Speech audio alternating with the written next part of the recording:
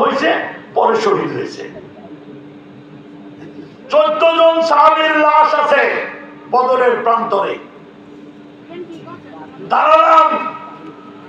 দাঁড়ালাম উমাইরের কবরের পাশে। জিয়ারতের পর মৌলানা সাইদি আমাকে বলছে, মৌলানা জানো, আমি দেখলাম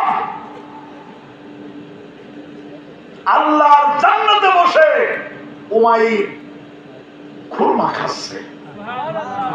সুবহানাল্লাহ বলবেন না তো? হযরত উমাইর বলছে, রাসূল এত বড় জান্নাত খাবো না, খেজুর খাবো না, কাউকে দিল না, বালুর ভিতরে শুয়ে ফেলে দিয়ে কি যুদ্ধে অংশগ্রহণ করে শাহাদত বরণ করেছে।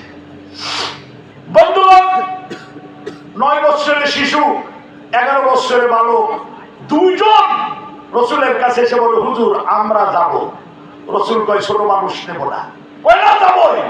বিশ্বনবী বলে, দৌড়ের পাল্লা হবে, যে বড় টান নেব, পাল্লায় যে ফার্স্ট হবে টান নেব, হাইরে গেলি নেব না।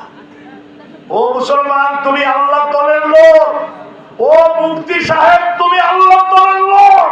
ও হাজী সাহেব, তুমি আল্লাহ দলের লোক বলে দাবি করো। কান খুলে শুনে রাখো, 9 বছরের শিশু, 11 বছরের বালক ময়দানে দৌড় দেওয়ার জন্য যে বড় ভাই মাদের কাছে ছোট ভাই মহব্বত বলতেছে, মিয়া ভাই তুমি বড়, আমি ছোট, তোমার সাথে দৌড়ে পারবো না।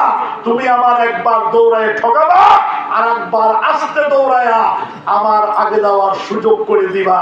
যদি তোমার কারণে তুমি যদি সুযোগ করে না দাও, তাহলে কিয়ামতের ময়দানে তোমার বিরুদ্ধে আমি আল্লাহর দরবারে মামলা করব।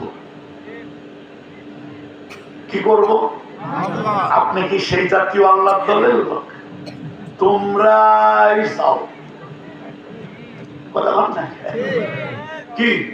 বেরবারের দিন লোক ভালো, তোমরাই কথা বল।